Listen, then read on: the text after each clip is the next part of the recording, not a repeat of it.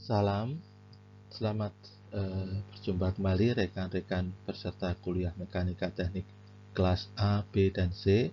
Ya, kembali kita melihat video tutorial berbentuk PowerPoint ya. Bagian 3 ini kita akan menyelesaikan tahapan 2 dan tahapan 3 dan tahapan 4 dari model penyelesaian atau tahapan penyelesaian mekanika teknik. Sebagai pengingat, kita memiliki tahapan pahami soal, kemudian buat diagram benda bebas. Keduanya sudah diselesaikan pada bagian 1 dan bagian 2. Nah, pada bagian 3 ini kita akan melakukan analisis persamaan keseimbangan dan menjawab pertanyaan. Pada bagian 2 di akhir, kita sudah membuat diagram benda bebas ya. Jadi kita buat kerangka acuan, memahami soal dulu ya, tahu tumpuannya itu tahap 1, tahu gaya-gaya ekivalennya itu atau main ekivalen itu tahap 1, kemudian tahap 2-nya sebagai awal untuk membuat diagram benda bebas, kita membuat sumbu acuan ya.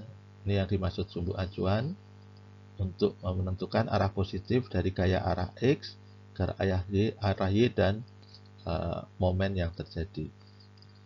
Kemudian kita buat diagram benda bebasnya. Nah, setelah selesai diagram benda bebas, kita akan masuk pada tahapan melakukan analisis dan menjawab pertanyaan yang akan dijelaskan pada video bagian ketiga ini. Oke, nah diagram benda bebasnya sudah selesai. Inilah diagram benda bebasnya yang tadi kita jelaskan.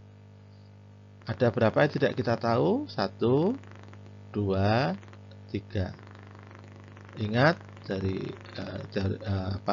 materi sebelumnya, 3 tidak diketahui. Kemudian kita punya 3 persamaan. Apa saja persamaannya? Sigma Fx, sigma Fy, sigma momen yang semuanya sama dengan 0. Nah, selesai. Tapi kalau misal kita iseng ya, iseng memodelkan, di sini dianggap sebagai pin, lalu ada Fbx. Nah, yang tidak diketahui menjadi tambah 1 atau 4. 4 yang tidak diketahui, 3 persamaan tidak ketemu menjadi statis tak tentu. Kita salah sendiri ya. Bisa jadi tentu kok jadikan statis tak tentu. Lalu Anda iseng lagi, itu tangannya kan dijepit Pak, karyawannya Pak, yang Mbak jepit. Karena tangannya menggenggam dengan erat, maka ada momennya Pak, tumpuan jepit.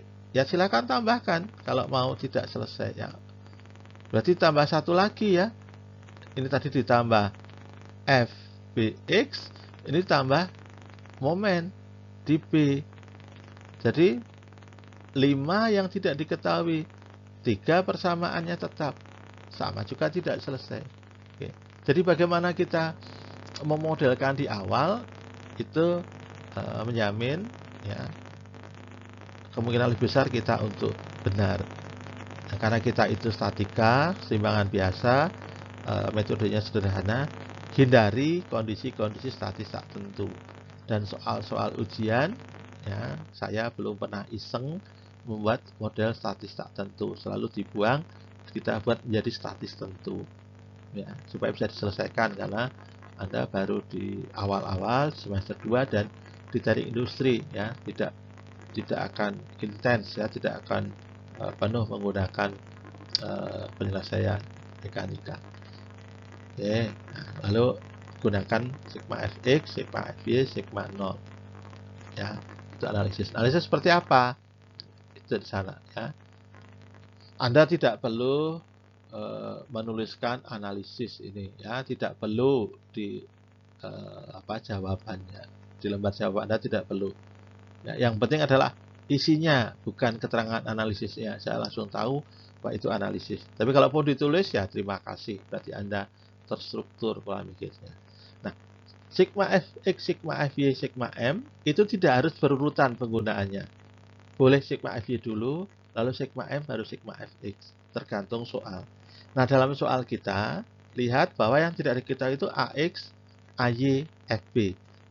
Nah, amati kalau saya letakkan titik analisisnya itu di A, ya, di A, saya mencari sigma momen di A sama dengan 0, maka hanya tinggal W dan FB. Berarti langsung ketemu karena satu langkah selesai.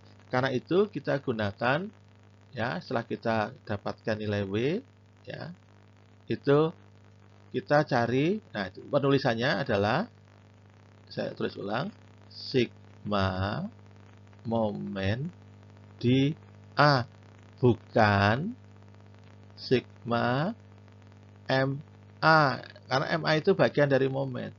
Momen di A lain dengan MA. Momen di A itu ada MA, ada W kali L, ada FB kali L. Ya. Kebetulan di sini MA-nya tidak ada ya karena pin. Bisa ulangi, beda antara sigma MA dan sigma momen di A. Sigma MA, nah itu MA itu momen di A ya, momennya namanya MA. Tapi kalau sigma momen di A, semua gaya-gaya kita masukkan. Oke. Nah, kemudian dimasukkan gayanya W dikali jarak. Nah, kalau ini 1,2, sementara dari ujung tadi ke A itu 1,5, maka jarak W ke A adalah 1,5 dikurangi 1,2 sama dengan 0,3. Ini jaraknya. Itu jarak dari W ke A. Kenapa ini negatif, Pak? Karena lihat, kalau W itu diputar terhadap sumbu di A, ya, maka seakan-akan jarum jam, kalau ini jarum jam begitu ya, itu berputar dalam arah jarum jam. Sementara tadi kita punya ini, lihat, yang searah itu yang positif. Jadi yang berlawanan arah tandanya negatif. Oke. Kemudian apalagi ya, FA dan FAX dan FAY jaraknya 0 ke titik A, maka tidak dimasukkan. Tinggal FB. FB itu searah jarum jam efeknya, maka positif. Besarnya belum kita tahu, jaraknya di soal tadi adalah 0,6. Maka kalau bisa sebetulnya supaya tidak bingung, jarak-jarak itu dimasukkan dalam diagram benda bebas. Kenapa di video ini tidak dimasukkan? Ya karena saya capek membuatnya. Ya, terlalu rumit, ya, terlalu lama, menghabiskan waktu. Tapi seharusnya kalau gambar sketch itu dimasukkan jarak-jaraknya sehingga ketika Anda melakukan analisis itu gampang membayangkan dan tidak salah memasukkan angka. Jarak 0,6. Nah, kalau ini W kali jarak itu saya pindahkan ruas kanan, maka saya dapatkan FB sama dengan 89398,53 dikali 0,3 dibagi dengan 0,6. Ya, 0,6-nya dipindah ke ruas kanan juga. Jika diperoleh persamaan di bawahnya itu, yang hasilnya setara dengan 44699,265. Itu FB. Jangan dibulatkan dulu karena bukan di jawaban akhir. Kalau Anda bulatkan di sini menjadi 2 angka, di akhir pasti keliru karena 0,05 itu ada pengaruhnya, ya. 0,005 itu ada pengaruhnya. Maka jangan dibulatkan dulu. Kalaupun dibulatkan, ingat kita sepakat atau saya sharing kemarin itu 5 angka di belakang koma ya selama di perjalanan proses ini. FB ketemu sudah, tinggal FAY dan FAX. FAX kita lihat di gambar diagram benda bebas hanya ada dia sendiri. Kita masukkan dalam persamaan sigma fx sama dengan 0, maka kita peroleh FAX sama dengan 0 ya. Tidak ada gaya gesek ya, karena setimbang ya. Atau tidak ada FAX. Nah, tinggal masukkan persamaan ketiga, sigma FY sama dengan 0. Nah, sigma sama dengan 0 itu dalam arah Y ada M, ada AY, ada FB. FB sudah ketemu, maka AY pasti ketemu. Maka minus W plus FA, ya, FAY maksudnya ya. Ini sebetulnya adalah FAY dikurangi FB sama dengan 0. Ya. Kenapa W negatif? Karena arahnya ke bawah. sementara kita sudah punya acuan kalau ke atas yang positif. Kenapa AY positif? Karena di arahnya ke atas. Kenapa FB negatif? Karena gambarnya di bawah, ya. Jadi arah FB-nya negatif, tapi nilainya positif ini. Segitu nilainya. Lalu W dan FB-nya ke ruas kanan, kita peroleh FA Y ya sama dengan W ditambah FB. W-nya ada, FB-nya ada, maka ketemu. Oke. Jadi dapatkan 134097,795. Tidak ada satuan, ya. Belum dibulatkan. Jadi ingat, analisis itu satuan belum muncul. Walaupun kita harus taat satuan ya, tetapi satuannya belum muncul. Kedua, pembulatannya belum dilakukan. Belum 2 angka di belakang koma. Masih kalau mau pembulatan itu 5 angka aman di belakang koma. Loh Pak, kenapa ini ada N di sana? Katanya di analisis nggak boleh muncul. Nah, N ini muncul karena apa? Karena ini kan soal, ya. Ini kan soal, diketahui kan? Diketahui, saya sudah bilang M-nya itu pakai 9113. Nah, ketika ini soal ya dari awal bahwa ini soalnya Newton. Kalau ini kita tidak bilang Newton, nanti bawah susah. Ya, jadi ini karena soal, ya. Diketahui, ini kan diketahui. Yang analisis itu ke sana, ke bawahnya. Ya. Oke, nah selesai di tahap ketiga analisis. Tapi ini belum cukup. Kalau hanya berhenti di sini, lalu mengerjakan soal lain, ya belum bisa dinyatakan dapat nilai 100. Ya. Paling ya 70, 80. Nah kalau mau dapat 100, Anda harus tutup dengan tahap keempat, yaitu menjawab soal. Ya. Jawab pertanyaan. Ingat diagram benda bebasnya, saya gambar ulang ini supaya Anda ingat diagram benda bebasnya. Ya, tadi sebetulnya ada FAX di sini ya. Itu saya lupa menggambar karena saya pikir sudah pasti FAX ini sama dengan 0 ya. Tapi karena kita sepakat ini tumpuan seakan-akan tumpuan pin, ya sudah digambarkan FAX di sana. Nah, tadi sudah ketemu jawabannya di slide sebelumnya. Nah, maka kita gunakan logika untuk memaknai angka-angka tersebut. Ya, itu alasan mengapa belum selesai jawabannya. Karena angka-angka itu hanya sekedar angka, tapi kita harus memberikan makna. Ya, kan angka itu kan ada yang aksi, ada yang reaksi. Dan pertanyaannya itu kan bisa aksi, bisa reaksi. Nah, yang kedua, gunakan ketelitian diminta. Tadi itu belum 2 angka, ya. Di jawaban itu 2 angka. Maka harus Anda tutup dengan jawab pertanyaan. Yang tidak boleh lupa adalah satuan. Karena kalau analisis itu kalau Anda gunakan kalkulator kan nggak muncul satuan, hanya angka-angka. Satuan itu muncul di tahapan jawaban pertanyaan. Maka jawabannya adalah jadi beban yang dirasakan pundak. Nah ini beban. Beban itu adalah gaya aksi, gaya luar. Sementara gambar di sini inilah gaya reaksi. Maka bebannya ya dibalik. Bebannya sama dengan FAY tapi arahnya ke bawah atau menekan pundak ya. Jadi ini kan yang merah ini dari pundak menekan batang menekan pundak ya. Itu rumus ketiga hukum Newton bahwa gaya reaksi itu sama dengan gaya aksi tapi berlawanan arah, ada minusnya. Jadi F reaksi sama dengan minus F aksi. Kalau reaksinya itu ke atas 134091,8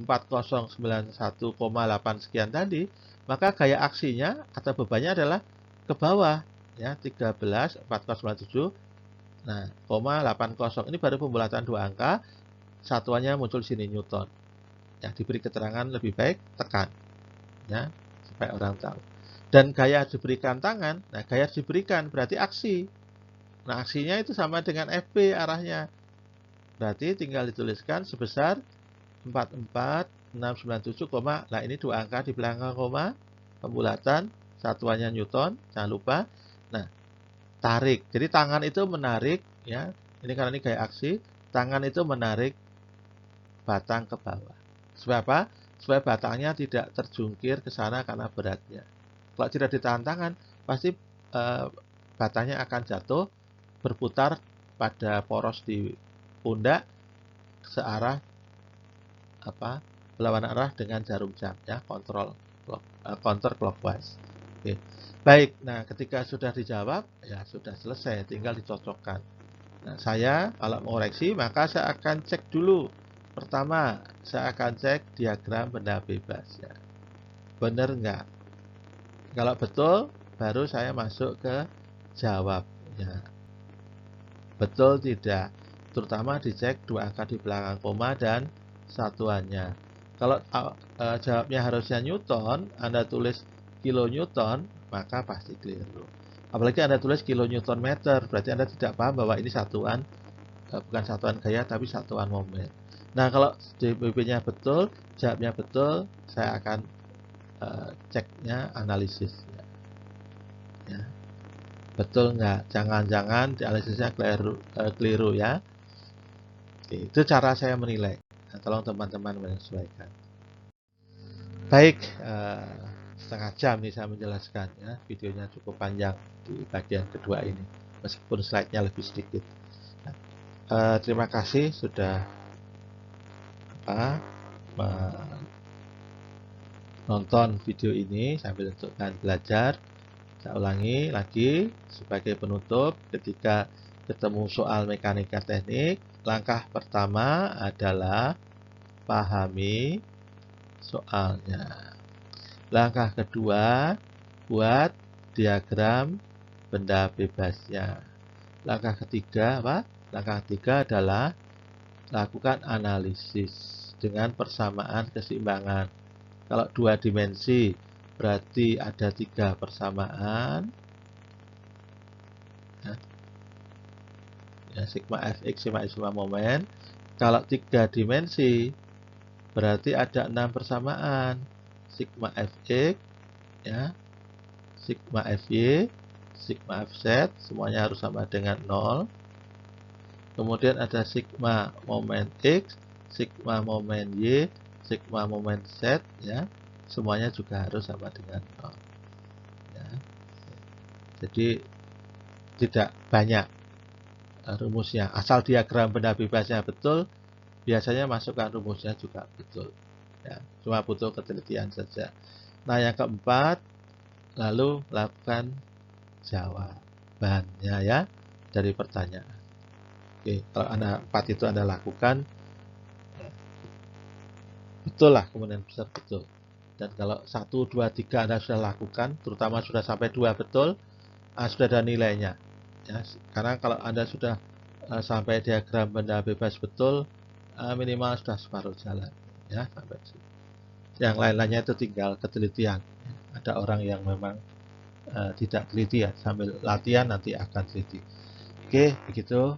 Terima kasih sekian penjelasan dari saya.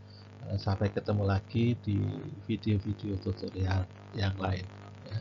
Terima kasih.